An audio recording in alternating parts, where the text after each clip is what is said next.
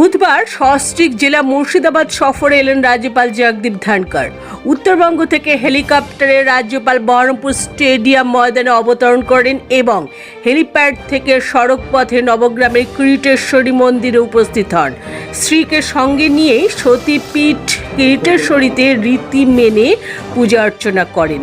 এরপর মুর্শিদাবাদ শহরে ইমামবাড়া এবং হাজারদুয়ারি প্যালেস ঘুরে দেখবার পর বহরমপুর সার্কিট হাউসে মধ্যাহ্নভোজন সেরে এক সাংবাদিক সম্মেলনে মিলিত হন রাজ্যপাল ধনকর। সাংবাদিক সম্মেলনে রাজ্যপাল রাজ্য প্রশাসনের নিরপেক্ষতা নিয়ে একাধিক প্রশ্ন তোলেন। রাজ্য প্রশাসনকে রাজনৈতিক পক্ষপাত দুষ্ট তকমা দিয়ে নানা প্রসঙ্গের অবতারণা করেন এদিন রাজ্যপাল। জেলা পরিষদের সভাধিপতি সিকিউরিটি ক্লোজ করবার বিষয় নিয়ে তিনি পুলিশ প্রশাসনের সমালোচনা করেন এবং এই ধরনের কাজকে গণতন্ত্র বিরোধী বলেও দাবি করেন। রাজ্যের প্রতিটি মানুষের নিরাপত্তার দায়িত্ব রাজ্য সরকারের, এমন উক্তিও করেন রাজ্যপাল। পাশাপাশি কলকাতার ভূতপূর্ব নগরপাল রাজীব কুমারের গ্রেপ্তারির প্রসঙ্গে মুখ্যমন্ত্রীর সমালোচনা করেন রাজ্যপাল তাঁর বক্তব্যে। একই সঙ্গে ধনকর এদিন রাজ্যপাল হিসেবে নিজেকে পশ্চিমবঙ্গের প্রথম সেবক হিসেবে অভিহিত করেন। জেলা পুলিশ প্রশাসনের পক্ষ থেকে এদিন রাজ্যপালের সফর ঘিরে প্রয়োজনীয় নিরাপত্তার ব্যবস্থা নেওয়া হয়েছিল বলে জানা গেছে। সফর শেষে এদিনই রাজ্যপাল কলকাতা ফিরে যান আকাশপথে। नमस्कार। पश्चिम बंगाल के राज्यपाल की हैसियत से कुछ मामलों को लेकर मैं अत्यंत चिंतित हूँ। कोई भी प्रशासन, कोई भी पुलिस यदि अगर संविधान के दायरे के बाहर जाती है, कानून का रास्ता छोड़ती है, रूल ऑफ लॉ को फॉलो नहीं करती है, तो राज्यपाल के लिए चिंता का विषय है। क्योंकि राज्यपाल का जो उत्तरदायित्व है वो भारत के संविधान को संरक्षण देना, भारत के संविधान को प्रोटेक्ट करना, प्रिजर्व करना और डिफेंड करना। मेरा दूसरा महत्वपूर्ण काम है कि मैं पश्चिम बंगाल की जनता की सेवा करता रहूं। जब मेरे सामने ये बात आई और आपके यहाँ से मोराफ हुसैन मंडल ने 10 नवंबर को मेरे को एक पत्र लिखा और उन्होंने कहा, महामहिम राज्यपाल जी, जो सिक्योरिटी मुझे 2018 से मिल रही थी, जो सिक्योरिटी मुझे मिल रही थी उसका एक आधार था, वो अचानक विड्रॉ कर ली गई। वैसे तो डेमोक्रेटिक सिस्टम में हर नागरिक को सुरक्षा देना राज्य का काम है। चिंताओं को देखकर कितने चैलेंजेस हैं, कुछ लोगों को सुरक्षा प्रदान की जाती है। प्रदान करते समय कुछ मापदंड होते हैं, एजेंसीज अपने आप में मेल मिलाप करती हैं, उनको दिया जाता है। उसके अंदर रद्दोबदल हो सकता है, मैं नहीं मानता, हो सकता है। रद्दोबदल नियमानुसार होना चाहिए। रद्दोबदल होते ही संबंधित व्यक्ति को पता भी होना चाहिए। राजनीति से प्रेरित होकर सिक्योरिटी कवर को प्रभावित करना प्रजातांत्रिक व्यवस्था पर कुठाराघात है, रूल ऑफ लॉ की मूल भावना के विपरीत है।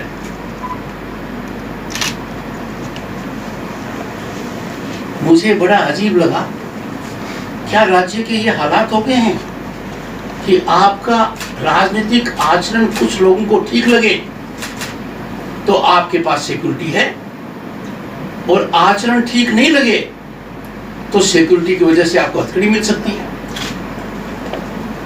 यह प्रजातंत्र में नहीं हो सकता। यदि अगर कोई भी अधिकारी सिक्योरिटी कवर के मामले में इस प्रकार का दृष्टिकोण रखते हैं कि राजनीतिक संतुष्टिकरण के लिए राजनीतिक से प्रेरित होकर राजनीतिक आधार के ऊपर इस प्रकार का कदम उठाएंगे, they are not acting according to their conduct. This is not acceptable in democracy. Political violence, political vendetta, political killings are on the increase. 5 सितंबर को मैंने राज्य के डीजीपी को पत्र लिखा, आगाह किया कि राज्य में हालात बहुत ख़राब हैं। तो उन्होंने 2 लाइन का जवाब दिया, अमन चैन है। तो मैंने विस्तार से उनको भिजवाया कि आपने शायद आंखें बंद कर रखी हैं, हालात इतने भयानक हैं कि आपका दिल पसीजना चाहिए। और मैंने उनको समय सीमा दी, 26 सितंबर तक जवाब दीजिए। डीजीपी का जवाब नहीं आया, माननीय मुख्यमंत्री का आया। ये अपने आप ही बहुत महत्वपूर्ण है।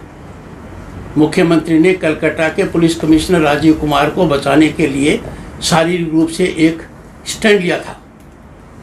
इस बार उन्होंने डीजीपी के पक्ष में पत्र का स्टैंड लिया है।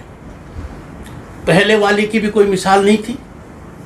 देश के राजनीतिक इतिहास में आपको ऐसा कोई मौका नहीं मिलेगा कि इस प्रकार की बात हो। मैं लगातार सरकार से आगाह करता रहा हूं कि कानून व्यवस्था को राजनीति से अलग कीजिए। कुछ लोग हैं, कुछ अधिकारी हैं जो आज भी इतना भयंकर खेल खेल रहे हैं जिसकी चर्चा सबको है। ओपन सीक्रेट्स हैं। पत्रकारों से चर्चा करते हुए भी मैं घबराता हूं।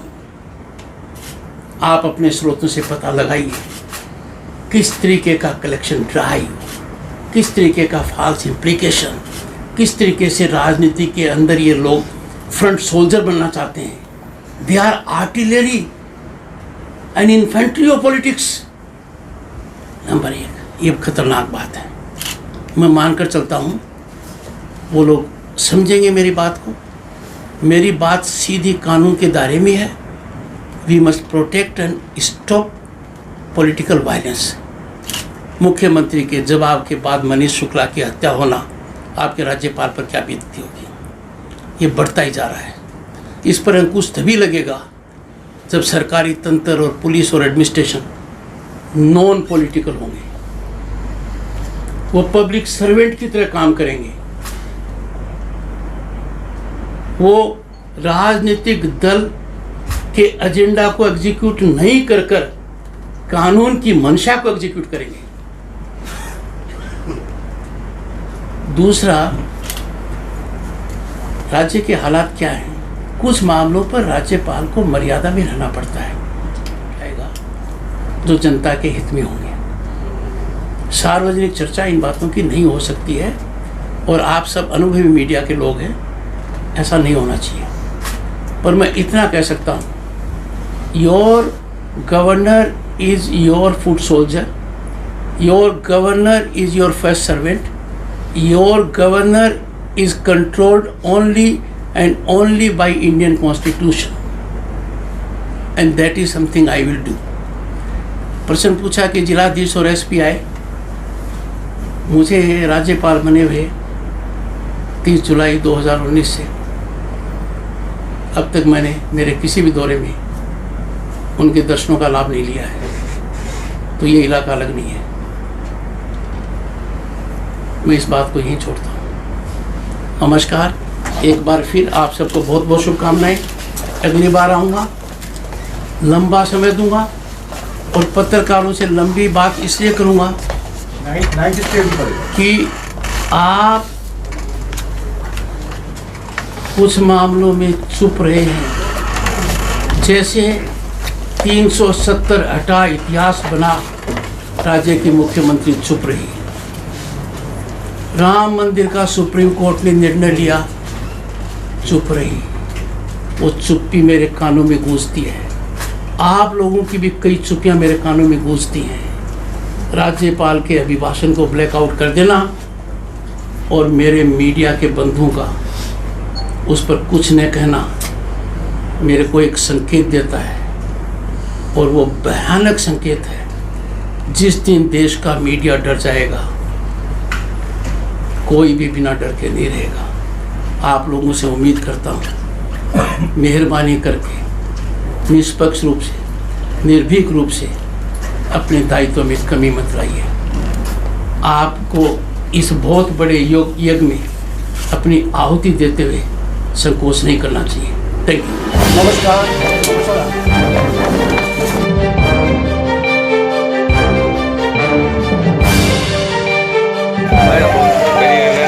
বহরমপুর থেকে বিকাশ কোলদারের রিপোর্ট। করোনা ভাইরাসকে প্রতিহত করতে সর্বদা স্যানিটাইজার ও মাস্ক ব্যবহার করুন, সামাজিক দূরত্ব মেনে চলুন, করোনা মুক্ত দেশ গঠনে সকলের যোগদানকে নিশ্চিত করুন। আলোক শিখা গ্রুপ নিউজের যে কোনো সাংস্কৃতিক অনুষ্ঠান এবং খবর দেখতে ইউটিউবে সাবস্ক্রাইব করুন। সাবস্ক্রাইবের পর বেল আইকনটি অবশ্যই প্রেস করতে ভুলবেন না।